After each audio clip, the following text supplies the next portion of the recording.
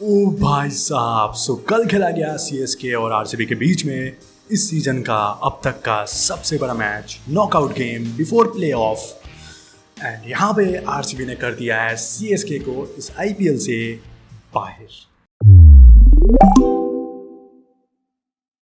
मतलब कि वो टीम जो कि 8 में से 7 मुकाबले हार कर नंबर 10 पर मौजूद थी पॉइंट्स टेबल में, वो आज प्लेऑफ में पहुंच चुकी है। अगर ये हो सकता है तो कुछ भी हो सकता है। खैर, यहाँ पे जिस तरीके से आरसीबी ने परफॉर्म किया, आफ्टर लूजिंग 7 गेम्स, 8 में से 7 मुकाबले हारने के बाद जिस तरीके से सीएसके आरसीबी ने माफ करना कमबैक किया है, दैट इज ट्रूली अनबिलीवेबल। और ये एक चमत्कार है गाइस। मतलब किसने सोचा था कि आरसीबी यहाँ तक पहुँच जाएगी। एंड कल आपने जिस तरीके से विराट कोहली को इमोशनल देखा होगा, वो दिखाता है कि कहाँ से वो लोग कहाँ पे पहुँच चुके हैं। मतलब ऐसा लग रहा था कि जैसे उन्होंने कप उठा लिया हो, कप जीत लिया हो। लेकिन खैर, ये इमोशन वो रियल था गाइस, क्योंकि उन्हें भी पता था, उन्हें भी उम्मीद नहीं था, है ना। विराट कोहली ने खुद बोला था कि वो प्राइड के लिए अब खेलेंगे, फैंस के लिए खेलेंगे, एक्चुअली फैंस के लिए खेलेंगे, ऐसा उन्होंने बोला था। एंड उन्हें भी भरोसा नहीं था कि वो लोग प्लेऑफ में पहुंच जाएंगे। बट एक स्टेप कर करके वो लोग आज यहाँ तक पहुँच चुके हैं। लेकिन जिस तरीके का गेम आरसीबी ने खेला है, जिस तरीके से उनके प्लेयर्स ने परफॉर्म किया है, उसके बाद उनकी आंखों में आपको दिखेगा कि हाँ, वो लोग अपना बेस्ट करना चाहते हैं। हमेशा उनके अंदर एक भूख आपको देखने को मिलेगा, एज अ टीम भी देखने को मिलेगा, और आप अगर इंडिविजुअली देखोगे तो वो भी आपको दिखेगा। और कहीं ना कहीं यही चीज़ है जो आरसीबी को यहाँ तक ले करके आई है, and they truly deserve this. So अगर हम मैच पे वापस आए तो यहाँ पे सीएसके ने टॉस जीता, पहले बॉलिंग करने का फैसला किया, जैसा सभी को उम्मीद था, कुत्ते को बिल्ली को जैसा सभी को उम्मीद था। एंड यहाँ पे विराट कोहली और फैफ डू प्लेसिस आरसीबी की तरफ से टीम को एक अच्छी सदी हुई शुरुआत देते हैं। लेकिन 2-3 ओवर बाद ही यहाँ पे बारिश शुरू हो जाती है। एंड हालांकि जल्द ही बारिश के बाद खेल शुरू भी हो जाता है, कुछ ही 5-10 मिनट के बाद।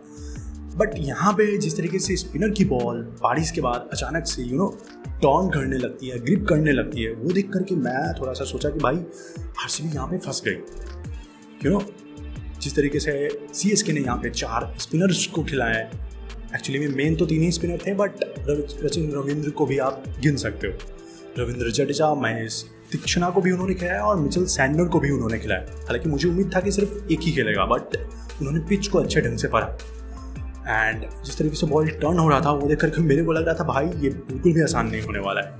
बट ये हालांकि उनको भी पता था, फैफ और विराट को भी पता था। एंड उनका प्लान क्लियर था कि उन्हें एक अच्छे रन रेट को मेंटेन करके रखना है और विकेट भी नहीं खोना है। एंड उस तरीके से वो शुरुआत देते हैं यहाँ पर आरसीबी को। विराट कोहली 47 रन बनाकर 29 बॉल में आउट होते हैं। हालांकि फाफ एक छोर पकड़ कर रखते हैं। एंड स्टार्टिंग में थोड़े से वो फंसे हुए लग रहे थे। एंड हालांकि उनके रन से ज़्यादा एक्चुअली में बॉल हो गए थे स्टार्टिंग में। बट उसके बाद उन्होंने एक मोमेंटम पकड़ी और वहाँ से उन्होंने 50 किया। बट बहुत ही अनफॉर्चुनेट वे में वो रन आउट हो जाते हैं। रजत पाटीदार शॉट खेलते हैं, मिचेल सैंडनर का हाथ लगता है, एंड फैफ का बल्ला हवा में ही रहता है। एंड यहाँ पे कुछ सवाल इसको लेकर के उठाए गए, बट वो मेरे ख्याल से क्लियरली आउट थे। इसके बाद कैमरन ग्रीन आते हैं और ग्रीन और पाटीदार के बीच में एक बहुत अच्छी पार्टनरशिप होती है। पाटीदार ने यहाँ पे 41 रन बनाए 23 बॉल पे, एक अच्छे बढ़िया स्ट्राइक रेट से, जो आरसीबी को वहाँ पे ज़रूरत थी। क्योंकि विराट और फैफ जब तक खेल रहे थे, आरसीबी एक अच्छे रन रेट को मेंटेन करके रख रही थी। बट एक के बाद एक जब 2 विकेट उनका गिरता है तो थोड़ा सा वहाँ पे बीच में टीम थोड़ा सा उनका रन रेट नीचे आता है। बट उसके बाद रजत पाटीदार और कैमरन ग्रीन की मैं खासतौर पर बोलना चाहूँगा, उन्होंने काफ़ी मतलब कि आरसीबी जो वो टोटल खड़ा कर पाई 220 का, एक समय पे लग रहा था कि 200 तक ही पहुँच पाएगी, बट फिर रजत पाटीदार और ग्रीन खेलने लगते हैं तो ऐसा लगता है 220 बनता है। उसके बाद रजत पाटीदार 41 रन बनाकर आउट होते हैं। उसके बाद दिनेश कार्तिक आते हैं। दिनेश कार्तिक और ग्लेन मैक्सवेल का जो ये कैमियो था वो काफ़ी इम्पॉर्टेंट था मेरे हिसाब से। दिनेश कार्तिक 14 रन करते हैं 6 बॉल में, और ग्लेन मैक्सवेल 16 रन करते हैं 5 बॉल में। मेरे ख्याल से ये कहीं ना कहीं जो इनका कैमियो था उसने भी मदद की आरसीबी को 218 तक पहुंचने में। एंड कैमरन ग्रीन यहाँ पे लास्ट तक नॉट आउट रहते हैं 17 बॉल में 38 रन करके। एंड जिस तरीके से CSK के फास्ट बॉलर ने परफॉर्मेंस दिया, उन्होंने बिल्कुल पूरी तरीके से CSK के फैंस को गाली देने पे मजबूर कर दिया, ऐसा आप कह सकते हो। I mean, एक होता है गाइस कि ग्राउंड वैसा है, पिच वैसा है, चलो मैं मानता हूँ ये चीज़, बट एक ये भी तो होता है ना कि भाई आप सही लाइन पे कम से कम बॉलिंग करो, सही लेंथ पर करो, बट वो भी देखने को नहीं मिला यहाँ पे। CSK ने लास्ट के 7 ओवर में कितने रन दिए? 105 रन दिया है 15 की इकॉनमी से। इसका जिम्मेदार कौन है? CSK के बॉलर्स हैं। शार्दुल ठाकुर जिसने 4 ओवर में 61 रन दिया है, 61 रन इन 4 ओवर 15 की इकॉनमी से। रविंद्र जडेजा 3 ओवर 40 रन 13.3 की इकॉनमी से। Simarjeet 1 overs 19 run. सो बिल्कुल इसने पूरी तरीके से लेट डाउन किया CSK को एक बॉलिंग यूनिट के तौर पे। जिस तरीके से वहाँ पे स्पिनर्स के लिए जो मदद थी उस पिच पे, उसका फ़ायदा यहाँ पे मिचेल सैंटनर और महेश दीक्षित ने उठाया। सैंटनर ने 4 ओवर में सिर्फ 23 रन दिए 5.8 की इकॉनमी से, एंड दीक्षित ने 4 ओवर में सिर्फ 25 रन दिया 6.2 की इकॉनमी से। जो इनके लिए मदद था, इन्होंने फ़ायदा उठाया। हालांकि रविंद्र जडेजा वो फ़ायदा नहीं उठा पाया, एंड मुझे लगता है कहीं ना कहीं CSK को रविंद्र को भी मौका देना चाहिए था। मेरे ख्याल से शायद ये उनके लिए बेनिफिशियल हो सकता था, क्योंकि फास्ट बॉलर ने तो भाई यहाँ पे रन पूरी तरीके से लुटा दिया ना भाई।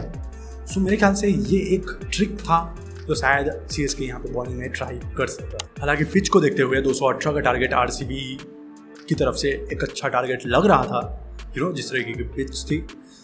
लेकिन RCB के लिए चैलेंज ये भी था कि उन्हें 18 रन पहले CSK को यहाँ पे रोकना था। एंड CSK को ये पता था कि उन्हें 201 रन बनाने हैं क्वालिफाई करने के लिए। बट जिससे सबसे ज़्यादा उम्मीद थी, ऋतुराज गायकवाड टॉप ऑर्डर में, वो पूरी तरीके से फ्लॉप होते हैं। इसके अलावा जो सेकंड मोस्ट इंपॉर्टेंट प्लेयर जो मैंने बोला था, अगर आपने प्रीव्यू वाला वीडियो देखा होगा तो मैंने बोला था कि सेकंड मोस्ट इंपॉर्टेंट प्लेयर जो CSK के लिए होंगे इस मैच में, डेरल मिचेल होंगे, एंड वो भी पूरी तरीके से यहाँ पे निराश करता है। हालांकि रविंद्र दूसरा छोर पकड़ कर रखते हैं, RCB को मैच में बना करके रखते हैं। उन्होंने 61 रन किए 37 बॉल्स में। इसके अलावा अजिंक्य रहाणे ने 33 किया 22 बॉल्स में। उसके बाद रविंद्र जडेजा ने 42 किया, एंड कहीं ना कहीं रविंद्र जडेजा की वो इनिंग थी जो लास्ट तक CSK को इस मैच में बना करके जिसने रखा। MS धोनी ने 25 किया 13 बॉल में, बट अनफॉर्चुनेटली ये लोग उस टारगेट तक नहीं पहुंच पाए।